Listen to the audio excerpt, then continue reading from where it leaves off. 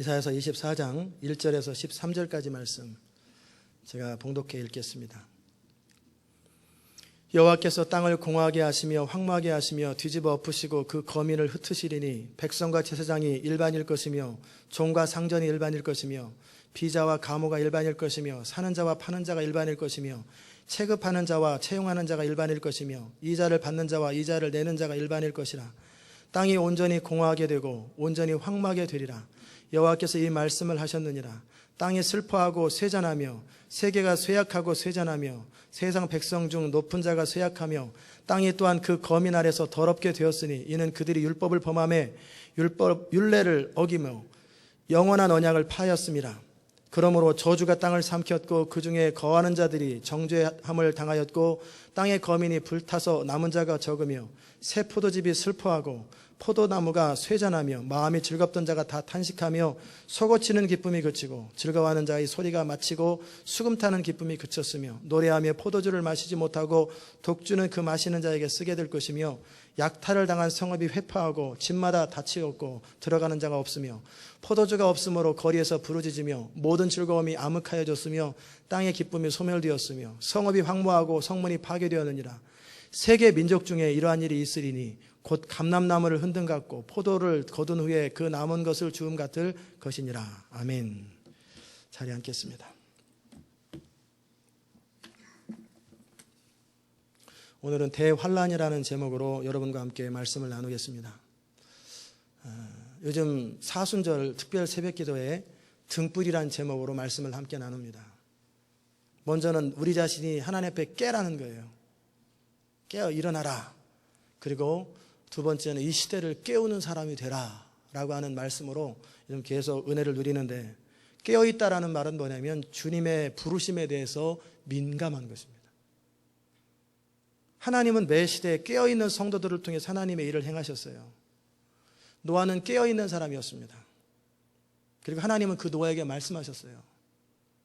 여러분이 깨어있는지 안 깨어있는지 너무나 정확하게 판단할 수 있는 것은 주의 음성이 들리기가 힘든 사람들은 아직 잠들어 있어요.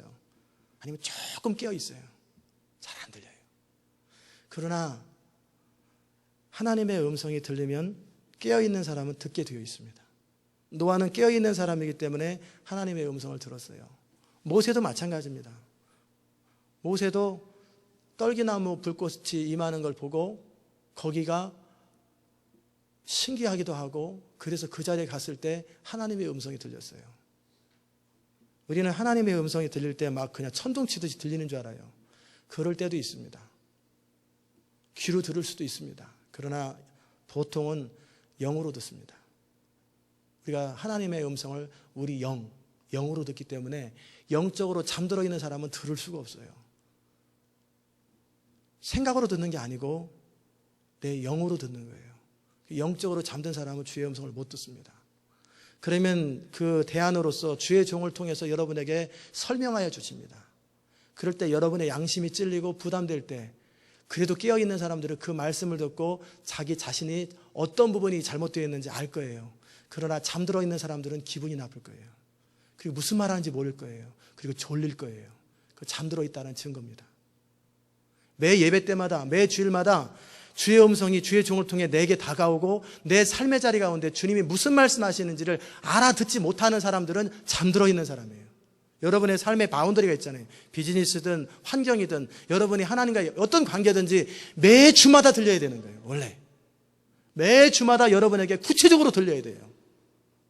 그저 좋은 말씀, 믿음으로 살아라, 예수 잘 믿어라, 성령 충만하게 살아라, 이런 좋은 말씀 그거 들은 건 들은 거 아니에요. 어차피 그거는 안 가르쳐도 다 알아요. 뭐 결국 예수 잘 믿으라는 얘기 아니겠어요? 설교의 핵심이 믿음으로 살아라는 얘기고 사랑으로 살아라, 그건 설교 안 들어도 아는 얘기예요. 그런데 구체적인 삶의 자리 가운데 터치가 일어나야 변화가 일어납니다. 깨어있는 사람만이 그 말씀을 들을 수 있고, 두 번째는 깨어있기 원하는 사람들만이 그 음성을 들을 수 있는 거예요. 저는 여러분이 깨어서 하나님의 음성을 듣고 순종함으로 하나님의 역사가 이루어질 수 있기를 주의 이름으로 축원합니다. 아멘. 더 크게 한번 하세요. 아멘. 예. 저는 이 시대에 여러분이 깨어있는 사람 되시기를 바랍니다. 깨어있지 않으면 하나님의 음성을 듣지 못하고 선지자의 음성을 듣지 못합니다. 다가오지 않아요. 롯이 얘기할 때 그 사위들은 농담으로 여겼어요. 그 결과가 뭡니까? 불타 죽는 거죠. 그저 좋은 얘기로밖에 안 들리는 사람들은 양심이 화인 맞아서 그래요. 양심이 삐뚤어져서 그래요. 그래서 못 알아듣는 거예요. 하나님의 분노가 임할 때가 있죠. 언젠가 몇 주 전에 하나님께서 제 마음에 강력하게 분노의 마음을 주셔서 하나님의 얼굴에 먹칠하는 사람들이라고요. 술 마시는 사람들.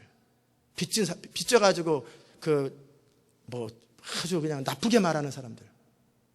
그 하나님의 분노가 임해서 말하는 거예요. 빚질 수 있는 거죠. 그러나 못 갚아. 배째라 이런 얘기하는 사람이 빚진 사람 말이 되는 소리예요. 그런 사람에게 하나님이 굉장히 경고하셨어요. 그거를 제가 선포할 때 여러분도 그 정도의 느낌으로 들어야 되는 거예요. 그 정도의 느낌으로 들어야 되는데 마음이 딱 닫혀버린다는 얘기는 그만큼 양심이 악하다라는 거예요. 양심이 악하고 화인 맞았다라는 거예요. 그런 사람의 특징은 뭐냐면 목사님이 좀 부드럽게 점잖게 말하지 왜 그렇게 말해? 이건 악해서 하는 말이에요. 점잖게 말할 때 못 알아듣기 때문에 그렇게 말하는 거예요. 좋은 말로 할 때 못 알아듣기 때문에 하나님이 징계하시는 거예요. 그래도 못 알아듣으면 심판해서 멸망시켜버리는 거예요. 그래서 하나님께서 주의 종을 통해 선포할 때 그 말씀이 여러분에게는 확성기처럼 들려야 돼요. 희미한 소리 들리지 말고 확성기처럼 들려야 돼요. 아멘? 그게 깨어있는 거예요. 그의 영이 깨어있기 때문에 작은 소리 해도 그게 큰 소리로 들리는 거예요. 농담으로 여기거나 그저 좋은 얘기로 여기면 망합니다. 그렇게 하지 않기를 바라고요. 이사야서 24장은 노아 홍수 이후에 수많은 시간이 지나가지요. 그리고 이것은 마지막 때 임할 심판에 대한 메시지를 이사야를 통해서 예언하는 것입니다. 저는 이 부분이 마지막 심판에 대해서 말씀하고 있다고 생각하고요. 우리 주님이 오시기 직전이나 오시는 그 상태, 그때쯤에 이루어질 일들이라고 저는 믿습니다. 주석책들을 이렇게 쭉 봤어요. 그랬더니 하다못해 이 성경 위에 써있는 거기에만 해도 여러분 성경에만 해도 대환란에 대한 예언 다 주제가 똑같아요. 그 대부분의 사람들이 이 본문을 마지막 대환란이라고 공통적으로 다르게 말하는 사람이 거의 없어요. 다 똑같이 말합니다. 똑같이 말합니다.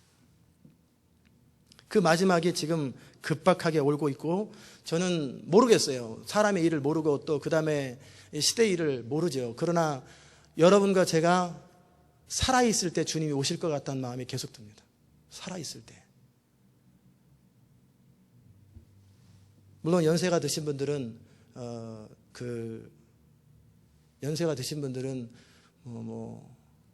표현을 안 하겠습니다. 더 오래 사시길 바랍니다. 오래 사시길 바라고 어쨌든 살아있을 때 주님이 오실 것 같은 마음이 자꾸 들어요. 그런데 모든 상황들이 길어야 한 3, 40년, 4, 50년 안 남은 것 같아요. 주님 오시는 건 말하는 것입니다.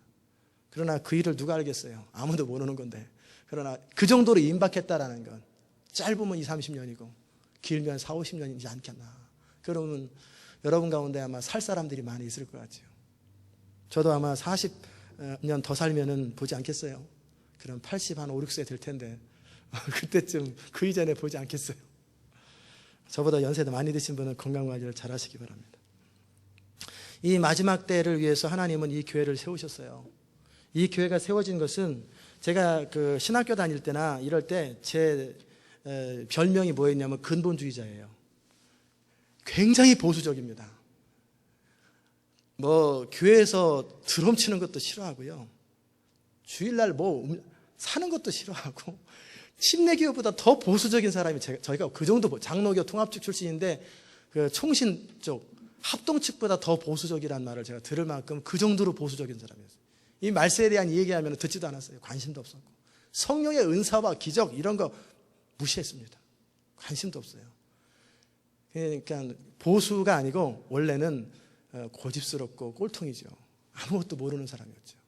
그런데 하나님께서 제 중심을 보셨어요. 제가 그러고 싶어서 그런 게 아니라 잘 믿고 싶어서 그랬다라는 것. 하나님의 뜻대로 살고 싶어서 그랬다라는 것.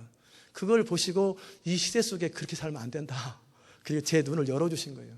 제 눈이 열리는데도 몇 년 걸렸어요. 이 교회 시작하면서도 사람들이 저한테 목사님은 너무나 성령에 닫혀있고 성령의 음성에 닫혀있고 하나님의 이끄심에 닫혀있다고. 그럼 제 속으로 당신들이나 잘하시오. 나는 내가 알아서 갑니다. 그러고 있었다니까요. 제가 이 교회 시작하면서도 그랬어요. 그 정도로 보수적이고 그 정도로 둔했어요. 그런데 하나님이 그런 저를 바꾸셔요. 계속 바꾸시면서 지금은 제가 굉장히 민감해졌습니다. 굉장히 시대도 민감해지고 찬양할 때 지금 찬양 준비가 안 된 사람이 찬양하는 걸 금방 알아요. 그 정도 캐치해요. 드럼 터치 하나, 피아노 터치 하나 보면 그걸 금방 캐치해요. 틀려서가 아니에요. 그 중심이 잘못되어 있다는 금방 캐치해요. 여러분이 눈을 감고 있어도 여러분 이 공간 가운데 구체적으로 누구누구라는 것까지는 하나님 말씀 안 하세요. 왜? 제가 눈 감고 있으니까 모르죠. 그러나 영적인 흐름과 분위기를 알 만큼 하나님은 저를 민감하게 하셨어요. 굉장히 민감하셨어요. 왜요? 목적이 있기 때문에 그러는 거예요. 목적이. 21세기에 하나님이 사용하시는 사람은 말씀의 기반이 확고한 사람들, 말씀에 완전히 뿌리를 매기는 사람들을 통해 일하시고요. 두 번째는 그 위에 성령의 권능과 성령의 민감한 사람들, 말씀과 성령이 같이 가는 사람들을 통해서 일하는 거예요. 성령만 가지고도 안 되고요. 말씀만 가지고도 안 돼요. 말씀과 성령이 같이 민감하고 같이 말씀에 견고하게 서 있고 흔들리지 않는 거예요. 어떤 경우에도 치우치지 않는 거예요. 말씀에서. 그런 사람들 위에 성령의 기름 부음이 쏟아지는 그 사람들을 통해서 이 마지막 시대는 하나님의 부흥이 이루어집니다. 그게 하나님께서 원하시는 일이에요. 하나님은 이 부흥을 위해서 이 교회를 세우셨습니다. 그리고 그 부흥에 맞게 이 교회를 준비하고 계세요. 그리고 그 부흥에 응답하는, 하나님의 부르심에 응답하는 사람들을 이 교회에 모으셨습니다. 여러 가지 이유로 모으셨겠죠. 이런저런 이유로 모으셨어요. 그러나 이 교회에 오시고 나서 여러분이 남게 되고 계속 서바이브하게 되는 이유는 뭐냐면 하나님의 부르심이 있기 때문에 그러는 거예요. 하나님이 여러분을 붙들고 계시기 때문에 지금 남아 계시는 거예요. 이제 세계적인 부흥이 시작될 거예요. 미국 지역에, 영국 지역에 잠깐 한국 지역에 있는 부흥이 아니라 전 세계적인 부흥이 시작될 거예요. 온 땅, 모든 족속과 민족 가운데 하나님의 부흥이 임할 거예요. 강력한 하나님의 부흥이. 그리고 그 후에 몇 년인 뒤가 될지 아니면 같이 시작할지 모르겠지만 환란이 같이 시작됩니다. 또 환란이 그 다음에 시작됩니다. 요즘 계시록을 강의하셨던 우리 고원영 목사님이 83세신데 이 시대적 관점에서 곧 아마겟돈 전쟁이 시작될 거라고 하는 그것도 같은 맥락에서 풀어지는 이야기입니다. 이 시대 앞에 깨어서 살아야 되는 건, 그래서 저는 오늘 여러분에게 이 대환란을 어떻게 맞이하고 어떻게 준비하고 어떻게 생각해야 되는지를 살펴보기 원합니다. 제 눈이 안 보이는 사람은 딴 데로 옮기세요. 남의 뒤통수 뒤에 가려 숨어 있지 말고 그게 움직이세요. 최 집사님 옆으로 가세요. 제 눈이 마주쳐지지 않는 사람, 홍 집사님도 이쪽으로 오세요. 사람 뒤에 있지 말고 정확하게 저를 보세요. 그래서 시선이 마주쳐야 돼요. 이렇게 피해 있지 말고 정확하게 말씀 앞에 서세요. 그래서 이 선포되는 말씀을 듣고 주의 음성을 정확하게 들으세요. 이 땅에 왜 대환란이 임하냐면 하나님의 심판은 하나님의 언약을 무시한 결과입니다. 하나님은 하나님의 형상을 따라 사람을 창조하셨어요. 그리고 그 사람에게 뭐라고 말씀하셨냐면 이 땅을 다스리고 정복하라고 말씀하셨어요. 그런데 이 땅의 세상 사람들은 하나님을 거역하고 하나님의 형상을 잃어버리게 되었어요. 노아 당시에 하나님께서 사람 지었음을 한탄하시고 안타까워하시고 답답해하시고 이 땅에 하나님의 형상을 잃어버려서 완전히 사람 같지 않은 사람, 인간 같지 않은 인간들이 돼버린 거예요. 그럴 때 하나님은 이 땅을 심판하십니다. 하나님의 심판은 바로 그때 임하는 거예요. 한 개인에게 하나님의 심판은 하나님의 경고하시고 적당히 징계하셔도 듣지 않을 때 그 다음에 징계 안 하십니다. 그냥 한 번에 끝내버리십니다. 그게 한 개인에게 임하는 심판이고, 그 다음에 이 역사 가운데 임하는 심판은 그 대다수의 거의 대부분의 사람들이 하나님의 형상을 잃어버렸을 때, 하나님이 지었던 원래의 기본적인 인간성을 잊어버렸을 때, 인간은 기본적으로 서로 사랑하고 기본적으로 도덕심이 있고 양심이 있고 그리고 뭐가 옳은지 뭐가 그른지를 알고 그 옳은 대로 살아가는 기본적인 능력이 있고 어느 정도는 죄를 짓더라도 어느 정도는 그렇게 살아갈 때 이 땅에 하나님의 형상이 아직 유지되는 거예요. 그러나 그런 것들이 다 사라져버리고 이제 하나님의 형상이 사라졌을 때의 증거는 뭐냐면 옳은 말을 하는 사람을 듣기 싫어하고 그리고 옳지 않다라는 말, 로마서 1장에 보면은 서로 악을 행하면서 그런 사람을 잘한다라고 되는 대로 편하게 알아서 살아 막 사는 사람들을 잘한다고 칭찬하는 시대가 와요. 그 시대는 종종 로마도 있었고 그때마다 너무 원칙을 따지고 너무 옳은 얘기하고 너무 정확하게 말하는 걸 싫어하고 사람 부담스럽게 왜 이렇게 분위기 망치는 거야? 편안하게 대충 흐르는 대로 살아. 이게 인간관계 잘하는 것이 이게 옳은 거야. 이렇게 말하는 시점이 되면은 그때가 하나님의 영상을 잃을 때예요. 그것이 대부분의 사람들 속에 너무나 통용되는 시대가 되면 하나님의 심판이 바로 임합니다. 노아 시대 때 임했던 심판이 바로 그때였어요. 하나님이 온 땅을 두루 살펴봤는데 한 사람만 딱 괜찮은 사람이 있었어요. 노아. 그리고 그 때문에 그의 부인과 3명의 아들과 그리고 3명의 며느리들이 그래서 좋은 가문에 시집가는 건 좋은 것입니다. 믿음의 가문, 하나님을 경외하는 해서 남자만 보지 말고 여자만 보지 말고 그 부모가 하나님을 경외하는 사람인가 그걸 보시는 것 굉장히 중요합니다. 그리고 두 번째는 그 사람이 정말 부모는 믿지 않는다 할지라도 하나님을 진짜 경외하는 사람인가 보면 알잖아요. 만나보면 알고 그런 사람을 만나는 것이 복입니다. 그래서 노아의 며느리와 그 부인은 노아 때문에 살았지요. 하나님은 바로 의로운 노아를 통해서 하나님의 뜻을 이루셨어요. 이 마지막 시대 때 하나님은 사람을 찾습니다. 하나님 앞에 깨어있는 사람을 찾아요. 하나님의 뜻을 이룰 수 있는 사람을 찾아요. 마지막 하나님의 부흥을 위해서 쓰임받을 사람을 찾고 계십니다. 그리고 이 세상은 하나님의 강력한 구원이 선포되고 부흥이 선포되고 그와 함께 심판이 시작됩니다. 그게 환난입니다. 제가 2012년을 주의하라고 그러잖아요. 그때쯤에 부흥이 시작될 것 같아요. 제가 직접 들은 건 아니지만 밥 존스 목사님 얘기했던 것이 믿어져요. 자꾸 그게 믿어지고 다가와요. 2012년을 주의하십시오. 그때까지 준비하라고 모든 것들을. 그때 부흥이 시작됩니다. 강력한 권능들이 시작되고 여러분이 한 번도 본 적이 없는 예배가 시작될 거예요. 부흥이 임하면 하나님의 권능이 임하면 하나님의 임재 가운데 압도되어서 예배 시간이 5시간도 되고 10시간도 됩니다. 왜? 하나님 말씀을 선포하거나 찬양하거나 누구 한번 기도하면 하나님의 임재가 그냥 임해버리는 거예요. 그러면 한 3시간 동안은 그 임재 가운데서 기도하고 통곡하고 회개하고 그 예배, 그런 예배예요. 아무도 집에 가라고 해도 안 가요. 그런 강력한 예배, 하나님의 권능 있는 예배, 그런 예배 장소에서는 병든 자나 뭐 죄 있는 것들은 그냥 바로 드러나고 바로 치료되어 버립니다. 그런 강력한 하나님의 기름 부음이 있는 예배가 이 교회에서 시작될 거예요. 그리고 그 예배를 위해서 하나님 이 교회를 철저하게 질서를 잡기 원하시고 지난 3년 동안 제가 참 많이 영적 질서 하나님의 부흥과 권능이 임할 때 은사와 능력들이 쏟아질 거예요. 여러분에게. 그럴 때 죽은 자를 살리는 능력이 있어도 지도자의 말을 듣지 아니하고 하나님의 성령을 따르지 아니하면 그러면 징계할 것이고 쫓아낼 거라고 말씀하셨어요. 그런 보호가 사라져버리면 무너져버립니다. 그 인생은. 혼자 한 몇 달 동안 그런 일 하다가 그냥 무너져버리는 거예요. 우산이 있어야 돼요. 같이 함께하는. 그래서 하나님이 계속 강조하셨던 게 영적 권위와 질서를 굉장히 강조합니다. 그건 굉장히 중요한 거예요. 왜? 하나님의 권능이 막 여기저기서 예언이 터져가고 막 죽은 자가 일어나고 막 손만 내면 병이 낫고 막 그런 일들이 성도 가운데 일어나는데 이 질서가 안 잡히면 돛대기 시장이죠. 나팔이 사방에. 그럴 때를 위해서 하나님은 이 교회를 강력하게 만드시고 정결하게 만드시고 정말 권능 있는 그런 교회로 정결하게 하십니다. 그게 하나님의 하고자 하시는 일 때문에 그래요. 역사상 여러분이 단 한 번도 들어본 적도 없고 본 적도 없는 교회가 될 거예요. 이 교회는 전혀 들어본 적도 없고 한 번도 역사상 있어 본 적도 없는 교회의 그림이 될 거예요. 그런 교회의 그림으로 이 교회를 지금 준비하고 계시는 거예요. 그래서 이 주변에 있는 다른 교회랑 비교가 많이 될 거예요. 그럴 때 여러분이 그렇게 편하게 생각하세요. 나를 향한, 이 교회를 향한 하나님의 부르심이 크고 놀라워서 그런가 보다. 그렇게 생각하면 편합니다. 이 교회를 다른 교회랑 비교해서 다른 교회와 같지 않다고 이상하게 생각하지 마세요. 다른 교회랑 똑같아가지고 어떻게 다른 교회를 구원하겠어요? 같이 물에 빠져가지고 헤매고 있는 교회가 어떻게 다른 교회와 역사를 구원하겠어요? 뭔가 달라야 돼요.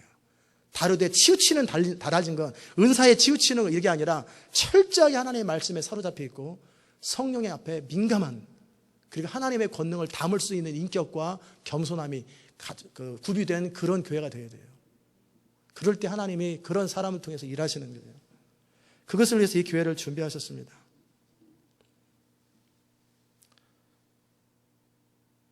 그런 과정 속에 우리 주님이 내려오십니다.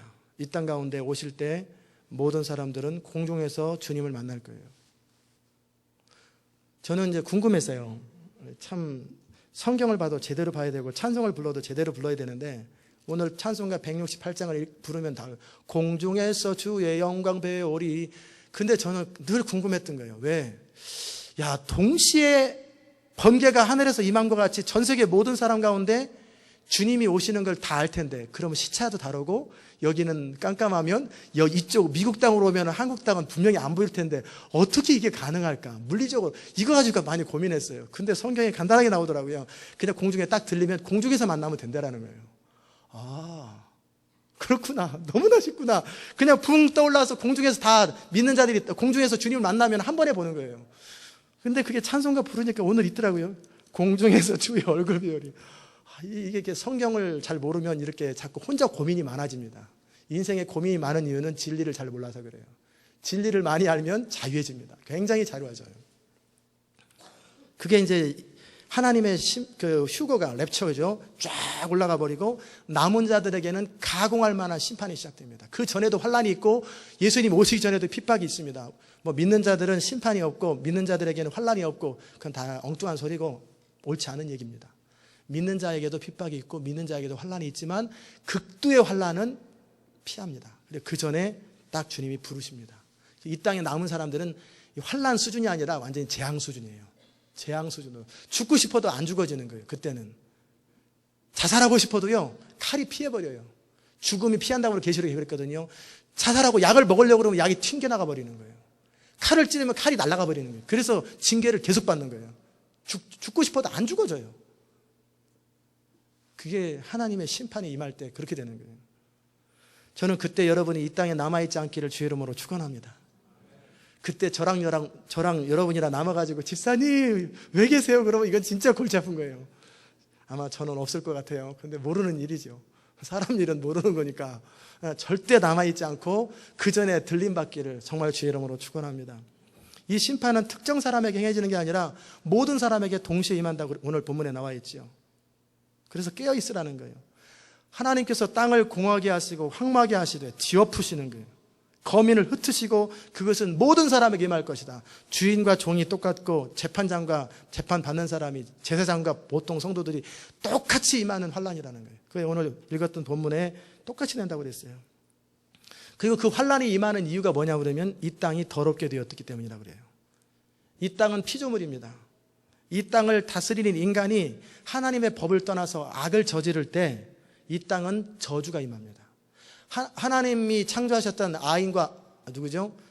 아담과 하와가 하나님께 범죄할 때 땅이 저주를 받아요. 그래서 남자분들이 돈 버느라고 그렇게 애쓰는 거예요. 먹고 사는 거 하나 많이 먹자는 것도 아니고 하루 3끼 먹자는 건데 왜 그렇게 이게 힘든지 몰라요. 그러니까 남자 혼자 힘으로 안 되니까 부인까지 고생시키는 거예요.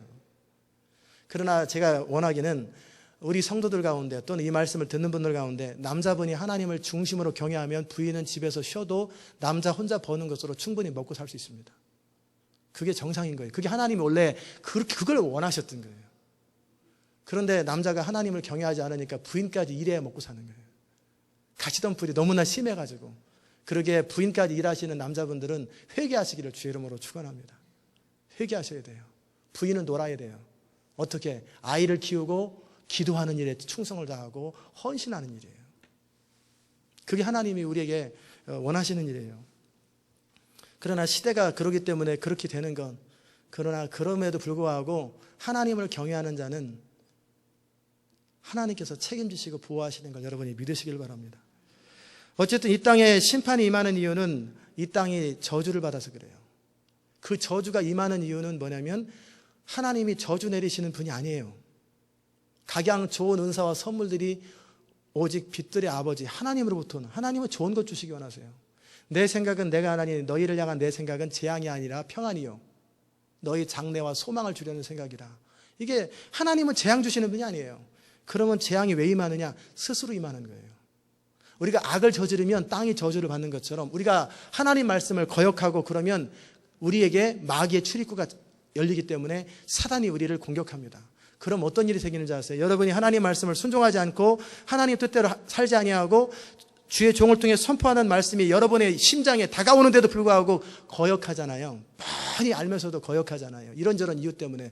그러면 그 다음에 여러분의 문이 열립니다. 혼의 문이 열리고 여러분의 육신의 문이 열립니다. 그래서 마귀가 합법적으로 여러분을 공격하기 시작합니다. 그러면 그 다음 증상이 어떠냐면 여러분은 미혹돼 버립니다. 속임을 당합니다. 그래가지고 내가 살아가는 방법, 내 생각하는 것이 옳다고 생각합니다. 절대 내가 틀렸다는 생각이 안 돼요. 분명히 깨어있음의 증거는 기도하는 것, 적어도 한두 시간 기도하는 게 자연스럽고, 성경을 기본적으로 10장에서 20장 정도 읽는 게 자연스럽고, 그리고 영혼을 사랑하는 마음, 이런 상태가 되어 있는 사람도 아닌데도 불구하고 자기 생각이 옳다고 말하는 거예요. 여러분이 교회에서 무슨 얘기를 하려거든 정말 영혼을 사랑하고 전도하는 일에 최선을 다하고 기도를 적어도 한두 시간 이상을 할 줄 알고 늘 말씀 앞에 성령의 음성을 들을 줄 아는 상태에서 말씀하세요. 그렇지 않으면 대부분의 경우가 자기 생각입니다. 그 생각 배후에는 사단이 있어요. 옳은 것 같은데 사단이 그 옳은 것 같아 보이는 오피니언을 통해서 교회를 깬다라는 거예요. 이해되셨습니까? 우리가 하나님 말씀대로 순종하지 않으면 처음에는 양심의 가책이 약간 있어요. 그럼에도 불구하고 넘어가면 그 다음에는요 가책도 없어지고 내 생각이 옳은 것 같아요. 하와가 선악과를 사단의 말을 딱 듣고 뱀의 말을 듣고 선악과를 보니까 이제는 거꾸로 되는 거예요. 이 선악과를 먹으면 지루해질 것 같은 생각이 들고 이 선악과가 자기 인생을 유익하게 할 것 같은 생각이 딱 들고 그리고 나서 먹고 나니까 그 다음에는 자기가 옳은 거예요. 먹고 나니까 자기 생각이 옳게 느껴지는 거예요. 이게 미혹입니다. 이해되셨습니까? 그래서 사람들은 각자 자기 소견에 옳은 대로 살아가요. 자기가 옳다고 여기기 때문에. 그러면 부인도 옳고 남편도 옳고 둘 다 옳으면 같은 목소리가 나와야 되는 게 정상이잖아요. 그죠? 이치에 맞잖아요. 부인도 옳고 남편도 옳으면 둘이가 같이 옳아야 되잖아요. 그러면 같은 목소리가 나오고 그것은 성령의 뜻과 옳아야 되고 말씀에도 옳아야 돼요. 그런데 둘 다 옳다고 말하는데 부인하고 남편하고 의견이 서로 틀려. 그러면 둘 중에 한 사람이 잘못된 거예요. 둘 다 잘못됐든지. 논리적으로 맞습니까? 안 맞습니까? 그죠? 자기 의견에 옳아 보이는 것이지 그게 진리에 근거해서 옳은 게 아니라는 거예요. 그러니까 부딪힘이 있는 거예요.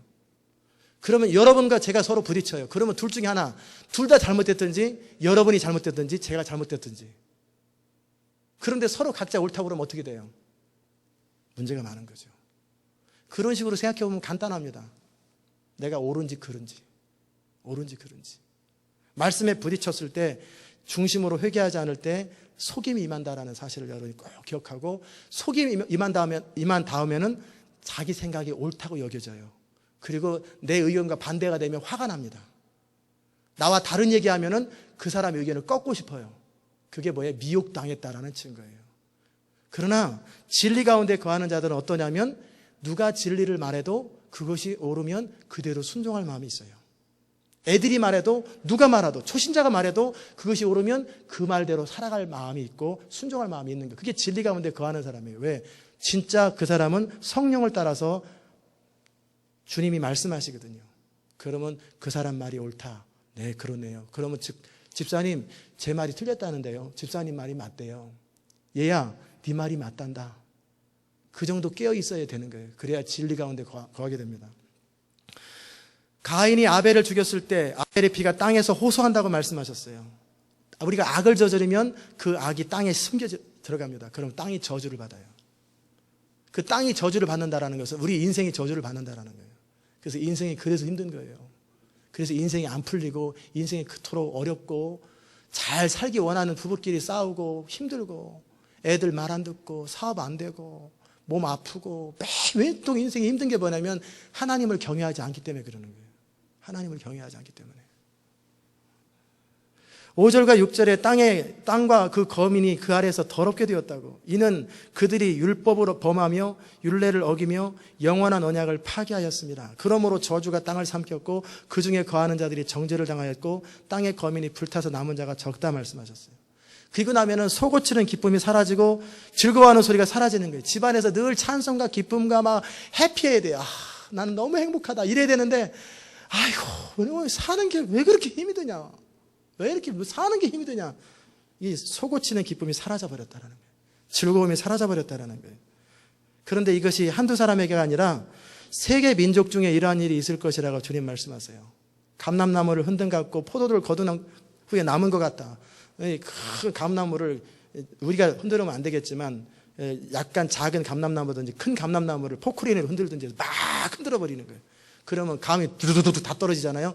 그 중에 남아있는 것처럼 인생이 그렇게 될 거라는 거예요.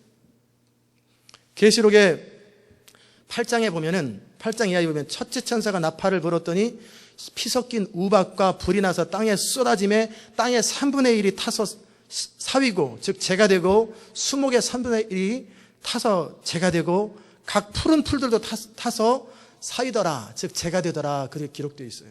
이게 환난 때 우리가 겪게 될 보게 될 그런 상황들입니다. 저는 처음에는 무슨 생각했냐면 이게 무슨 천사가 하늘에서 불덩어리를 떨어뜨리나 보다. 그냥 단순히 그렇게 생각했어요.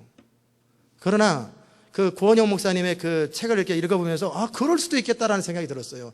요한이 2000년 전에 봤을 때 지난번에 우리 10년 전인가 걸프전 텔레비에서 봤잖아요. 밤에 막 불이 막 미사일이 막 날아가고 총알이 날아가는데 그게 막 빨간 것들만 근데 그게 1억 개 정도가 쏟아진다고 생각해 보세요. 그러면은 뭐 빛처럼 쏟아지지 않겠어요? 막 깜깜한데 막 빨간 것들이 탁탁탁탁 그러면서 막 땅에 떨어지고 막 그거 이게 전쟁이로구나. 그런 것들. 그래서 피 섞인 우박과 불이 나서 땅에 막 쏟아지는 거예요. 불덩어리가 막 팍팍 떨어지는 이 전쟁이 시작되는 거예요. 둘째 천사가 나팔을 불었더니 불붙는 삼과 같은 것이 바다에 떨어짐에 바다의 3분의 1이 피가 되고 바다 가운데 3분의 1이 죽고 배들의 3분의 1이 깨진다. 수중전이죠. 그냥 배에 그냥 폭탄이 터지고 원자 폭탄이 막 터져버리는 거예요. 막 터져버리는 거예요. 그럼 배가 그냥 불덩어리가 툭 떨어지니까 푹 올라갔다가 거기 있는 고기들이 쫙 그런 고기 먹으면 안 됩니다. 그런 고기 먹으면 원자병 걸립니다. 그런 일들이 생긴다라는 거예요. 셋째 천사가 나팔을 불며 횃불같이 타는 별이 하늘에서 떨어지는 거예요. 그랬더니 강들과 물샘에 떨어지니 물이 쓰게 되었다라는 거예요. 그게 어떤 건지 모르겠지만 화학전일 수도 있어요. 그래서 사람들에게 물 못 먹도록 레이크 레니어에 그냥 그런 화학약품을 그냥 폭탄으로 실어가지고 탁 터뜨려버리면 어떻게 되겠어요? 조지아 사람들 그 물 먹으면 다 죽는 거예요. 레이크 레니어 물을 다 그렇게 만들어버리는 거예요. 그게 전쟁 때 여러분이 적이라면 그런 일 하지 않겠어요? 상대방을 죽이는 게 목적이라면. 인위적으로, 인도적으로 서로 그냥 군인들만 죽이면 좋겠는데 분노가 극도하고 도무지 못 이길 것 같으면 어떻게 하겠어요? 이라크에서 지금 만드는 게 화학무기 만들잖아요. 화학무기를 강물에 퍼뜨려버리는 거예요. 그러면 싹 죽는 거죠. 그런 일들이 전쟁이 일어나면 된다라는 거예요. 넷째 천사가 나팔을 불었더니 해의 3분의 1과 달의 3분의 1과 별들의 3분의 1이 침을 받아 빛을 잃게 된다. 이게 별이 떨어지는 것보다는 이런 것이 뭐가 되냐면 핵겨울이 시작되면서 햇빛이 비쳐도 비치지 않는 거예요. 이 땅이 얼음덩어리가 돼버릴 만큼 그 정도 추위가 그래서 핵겨울이라는 얘기 들잖아요. 그런 일이 있을 수 있다라는 거예요. 그 목사님의 그 아마겟돈 전쟁이라는 책에 이런 얘기들이 나와요. 중동 땅의 유프라테스 강에 시작되어서 전쟁이 전 세계로 퍼지는데 이때 핵전쟁이 시작될 것이다. 그로 인해서 땅과 바다와 모든 것이 파괴되고 핵겨울이 임할 것이다. 그리고 고통이 임할 것이다. 저는 그럴 수 있을 거라고 생각을 해요. 하나님이 역사를 심판하실 때 노아 시대 때는 하나님이 직접 심판하셨습니다. 그래서 땅에서 물이 쏟았고 하늘에서 물이 쏟고 그렇게 직접 심판하셨지만 거의 그 이후에 대부분의 역사는 그렇게 심판하지 않았어요. 소돔과 고모라 땅에서 하늘에서 천사가 불을 쏟아버리잖아요. 그때는 폭탄도 없었는데 막 불이 쏟아지는 거. 그때를 제외하고는 거의 대부분은 역사를 통해 심판하셨습니다. 그 시대에 사람들을 통해서 심판하셨어요. 전쟁이 일어나는 거예요. 이스라엘이 엉망으로 사니까 아시리아가 와서 완전히 쑥밭을 만들고 다 쫓아버리고 멸망시켜버리는 거예요. 그리고 아시리아가 제대로 못 쏘니까 바벨론이 그들을 쳐버리고 바벨론이 못 쏘니까 바사왕국이 치고 그들이 헬라와 로마가 쳐서 계속해서 전쟁을 통해서 이 땅을 심판하셨던 하나님의 역사처럼 이제 그 당시 때는 기껏 싸워야 칼이잖아요. 그래야 1대1로 싸우는 거. 화살 하나에 한 사람 죽지 화살 하나에 뭐 수백 명이 죽고 수천 명이 안 죽어요. 그러나 지금은 그런 전쟁이 아니에요. 한 번 터뜨리면 몇백만 명이 죽어요. 그런 전쟁이죠. 그러기에 이 땅에 죄악이 가득할 때 이 땅은 스스로 망하는 거예요. 지금 이 땅이 망하지 않는 이유는 하나님이 붙들고 계시는 거예요. 그리고 보호하시는 거예요. 어느 이상 가지 않도록. 사단은 죽이고 멸망시키고 도적질하는 자예요. 인생을 도적질하고 시간을 도적질하고 하나님의 뜻을 도적질하는 것.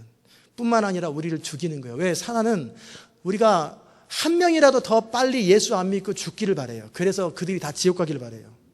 왜? 사단도 지옥에 갈 거거든요. 그렇기 때문에 사단은 한 명이라도 죽이기를 원해요. 사단이 최종적인 목적인 죽이는 거예요. 그러면 죽일 때 가장 빨리 죽이는 방법이 뭐겠어요? 전쟁 아니겠어요? 전쟁이 나야 제일 빨리 죽지. 한 명씩 한 명씩 테러해서 언제 죽겠어요? 그러니까 사단은 어떻게 하든 전쟁을 일으키기 원할 거예요. 그렇죠? 그러나 하나님이 보호하시는 거예요. 이 땅을 하나님이 보호하시고 보존하시는 거예요. 다섯째 천사가 나팔을 불게 되면 이제 자연이 아니라 사람에게 직접적으로 재앙이 시작됩니다. 이전에 우리가 올라갈지 안 올라갈지 모르겠지만 아마 그것도 보게 될 것 같아요. 그 다음에 여섯째 천사가 나팔을 부니 유프레테스 강 유역에 사람을 3분의 1을, 전 세계 인구의 3분의 1을 죽이기로 예배된 자들이 모였는데 그 숫자가 2만만이라. 2만 곱하기 만 하면은 뭐예요? 20억이죠. 20억의 숫자가 모여서 서로가 서로를 죽이는 거예요. 엄청난 재앙이 시작됩니다. 이 재앙으로 땅의 3분의 1이 사람들이 죽는다고 되어 있어요. 아마 우리 시대 때 그걸 보게 되지 않을까 싶어요. 여러분, 지금 전 세계가 보유하고 있는, 가지고 있는 핵폭탄의 위력이 어느 정도인지 아세요? 핵폭탄의 위력을 측정해서 보고한 자료에 근거하면 어느 정도가 핵폭탄이 있냐면, 핵폭탄의 위력을 말하는 거예요.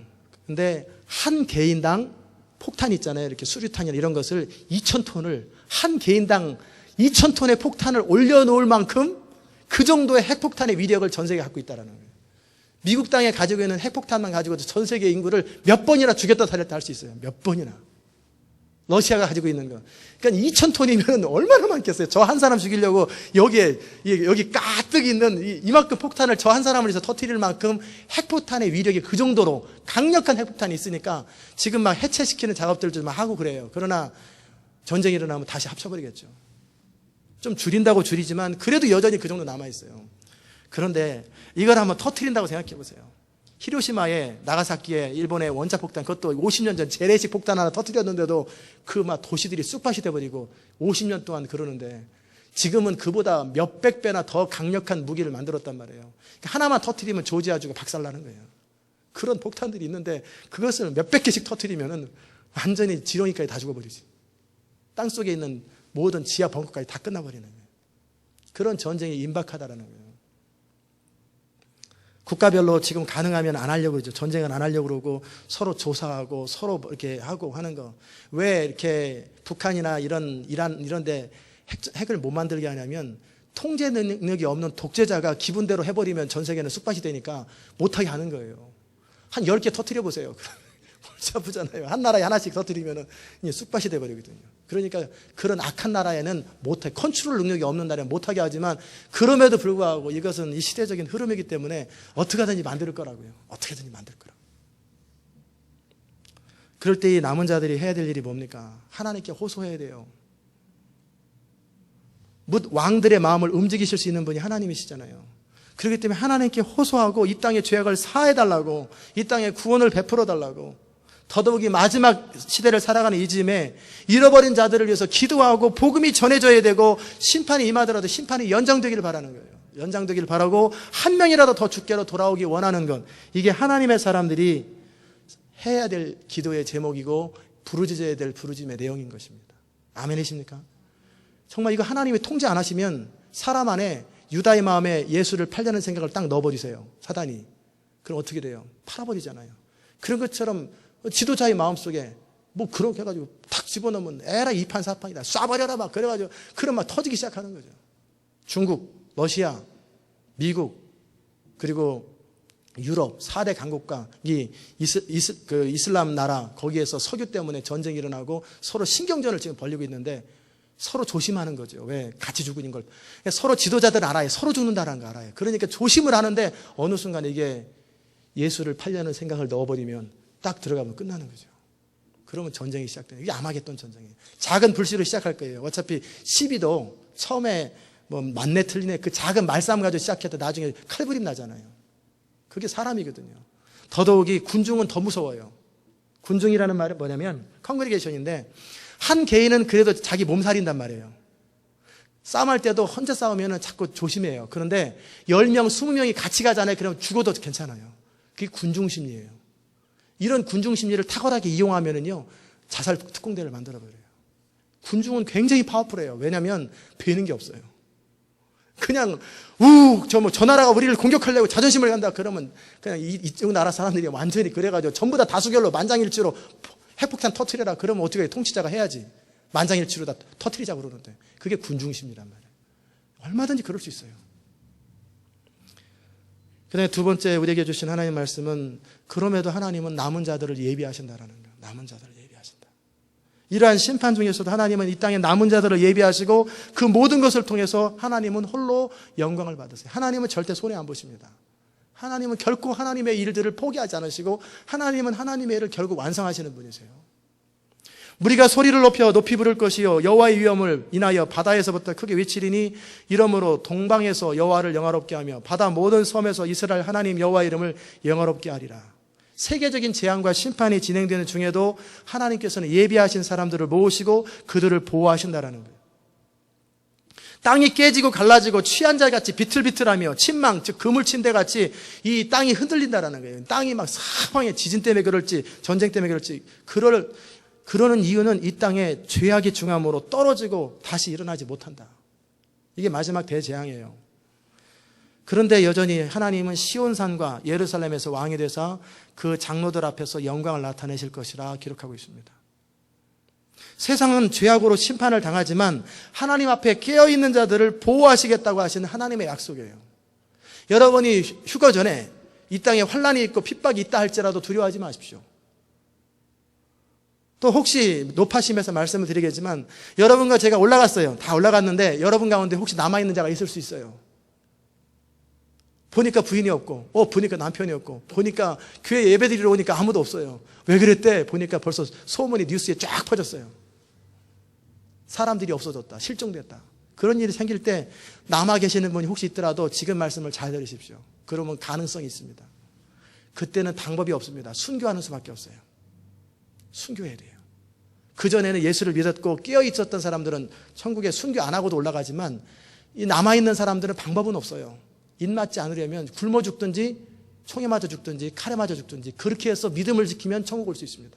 그렇지 않으면 영원한 멸망이 기다리고 있어요. 혹시 높아심에서 여러분과 남아있는 자들이 있을까 봐 그때 제 말씀을 잘 듣고 어떻게 처신해야 될지를 알기 바랍니다.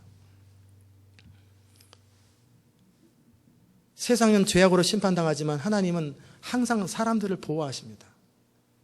그런데 어떤 사람을 보호하시냐면 중심을 살피십니다. 그 중심이 어떤가? 하나님은 항상 행하는 대로 갚으세요. 우리 뿌린 대로 인생을 거두게 하세요. 지금 우리의 삶의 결과는 우리가 과거에 뿌렸던 삶의 열매입니다. 그리고 중심을 살피세요. 그래서 여러분 한 사람 한 사람의 중심을 참 제가 목회하면서 느끼는 건 그리고 지금까지 살아오면서 느끼는 것은 하나님은 정확하시더라는 거예요. 오점 하나 없이 정확하게 사람들을 선택할 줄 아세요. 그리고 정확하게 구분하세요.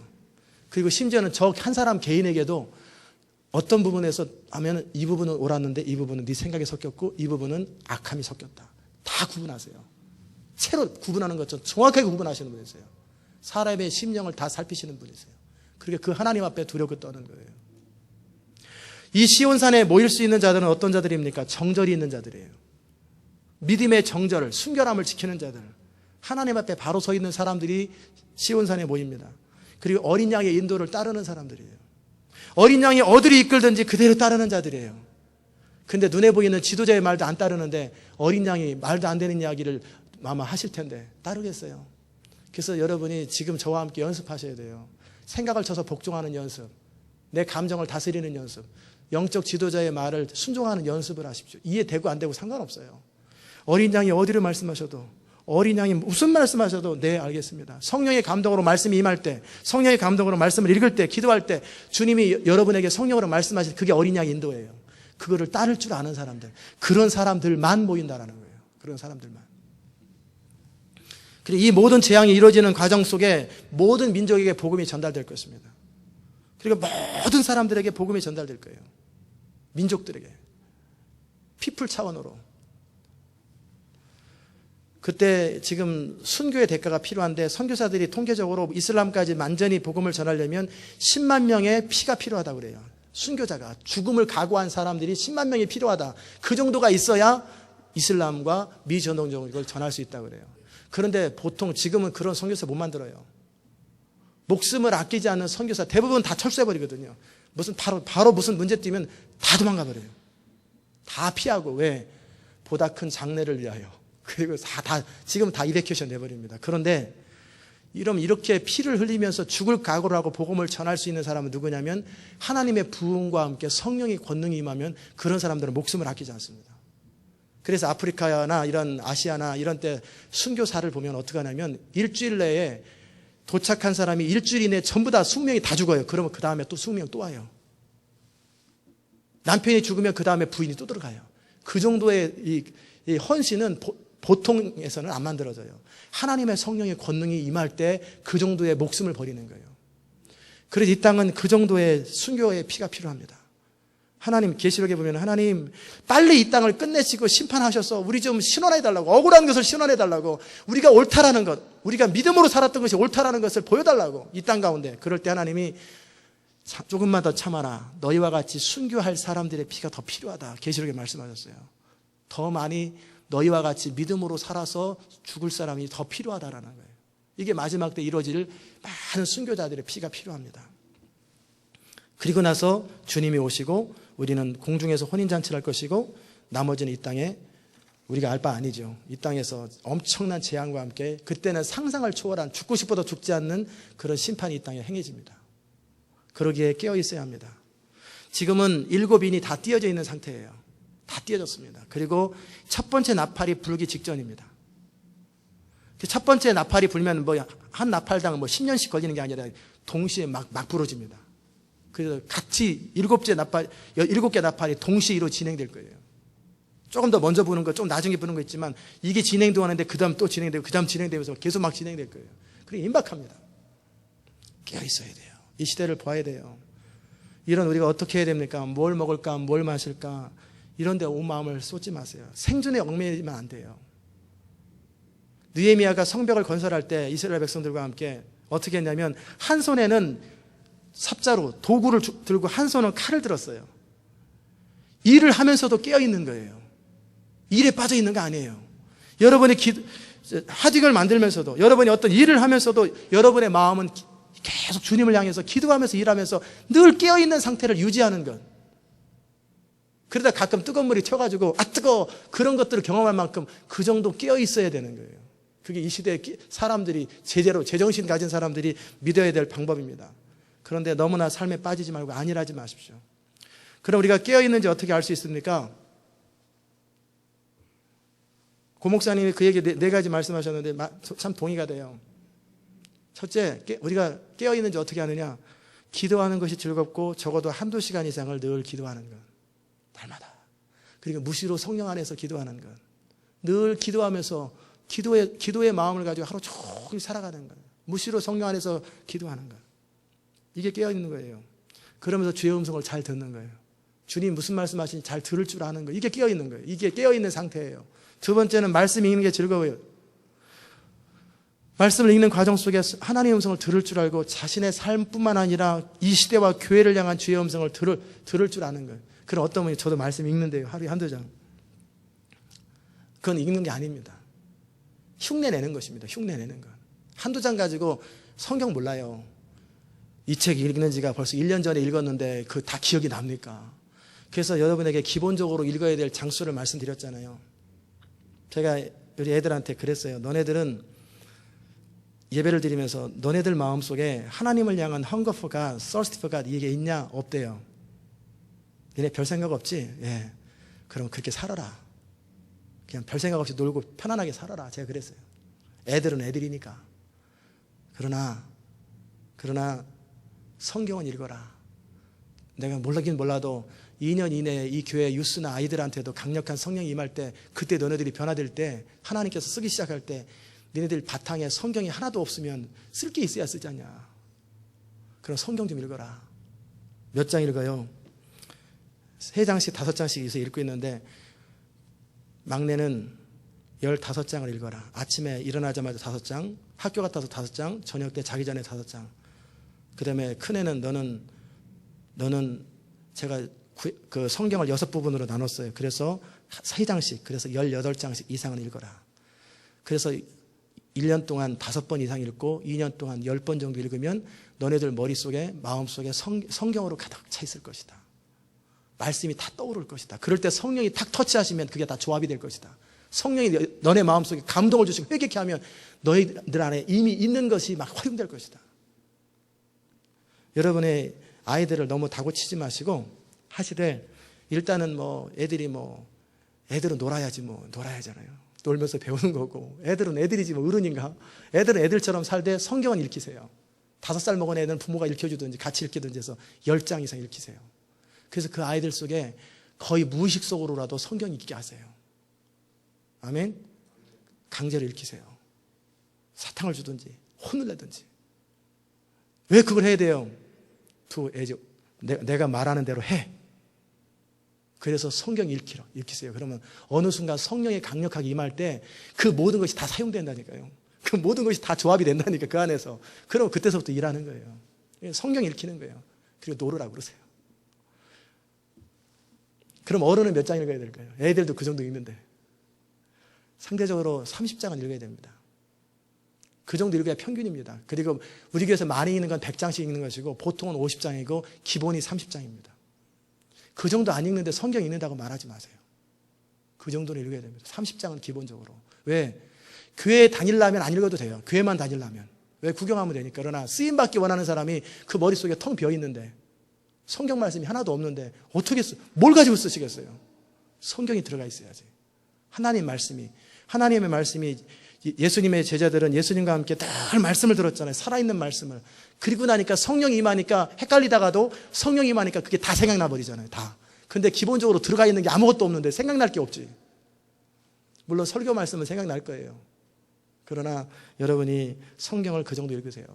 어떻게 해요? 30장을 읽는 게 보통 일이 아닌데 아침에 일어나서 읽으시고 성경 갖고 다니세요. 틈만 나면 손님 없을 때 또 읽으시고, 잠시 점심 먹고 한가하면 또 한 10장 읽으시고, 저녁 때 자기 전에 읽으시고, 밥 먹기 전에 식사 준비할 때, 부인이 식사 준비할 때 텔레비 뭐 나오나 보자 이러지 말고 그 시간에 성경 읽으시고 틈나는 대로 읽으세요.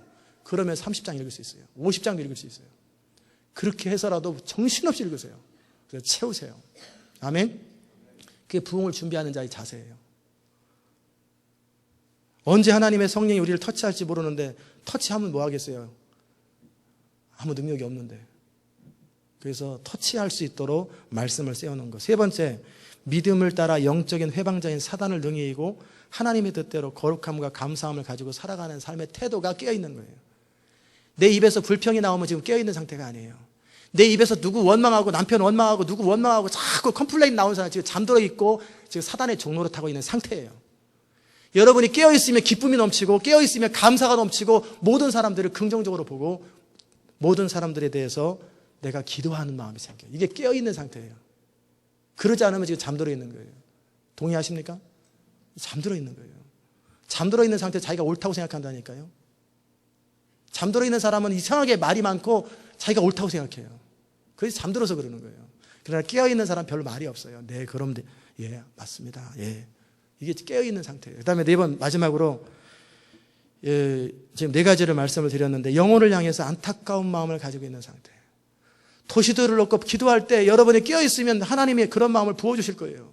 도시를 사랑하는 마음, 관심이 생기고 막 안타깝고 막 기도할 때 하나님의 부으시는 이끄심을 따라서 막 기도가 깊어질 거예요. 영혼을 향한 사랑, 관심이에요. 이게 있어야 깨어있는 거예요. 하나님은 이런 사람들을 통해서 하나님의 나라를 이루시고 마지막 부흥을 이루십니다. 이런 사람을 보호하시고 이런 사람을 지키시고 모든 환난을 능히 감당케 하시거나 환난에서 보호하십니다.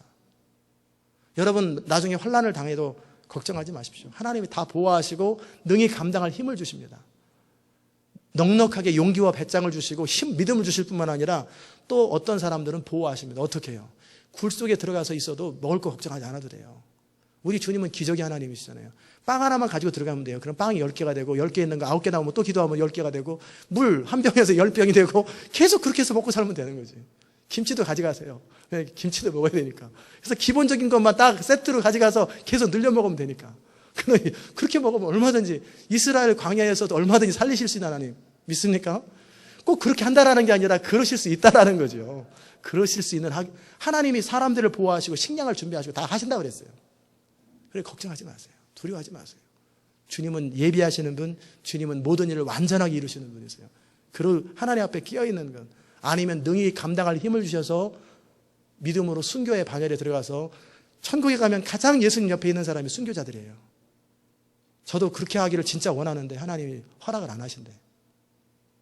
좋겠다. 그게 아니고 저는 순교하고 싶어서 저 바울처럼 저도 이름도 바울인데 왜 순교를 안 시킵니까? 부르심이 다르다. 너는 영광을 선포하는 자로 핍박은 많을 거다. 순교는 안 된다. 그래서 알아서 하십시오. 그냥 순교하면 좋은 거예요. 왜냐하면 바로 끝나잖아요. 그럼 바로 천국에서 영원토록 예수님 옆에 있는 게 얼마나 좋아요. 저는 여러분이 깨어있기를 주의 이름으로 축원합니다. 이 교회에서 말씀을 들으면서까지 깨어있지 않으면 정말 안타까운 일이에요. 저는 여러분이 깨어서 하나님의 영광을 보기 바라고요. 믿음 안에 바로 서셔서 하나님 하신 일에 동참할 수 있기를 주의 이름으로 축원합니다. 기도합시다. 하나님 아버지 감사합니다. 오늘도 우리가 주의 음성을 들었습니다. 이 시대 가운데 깨어있는 것이 무엇인지, 바로 서는 것이 무엇인지 주의 음성을 들었습니다. 깨어있게 하소서. 이 시대를 알게 하소서. 슬기로운 처녀와 같이 등불만 준비하는 것이 아니라 기름도 준비하게 하소서. 기름을 준비하는 것이 곧 깨어있음인데, 모두가 복음을 알고 있지만 기름을 준비하지 않아서 깨어있지 못해서 결국은 쫓겨날 텐데, 우리가 깨어있는 하나님의 백성 되게 하여 주옵소서. 예수님의 이름으로 기도드리옵나이다. 아멘.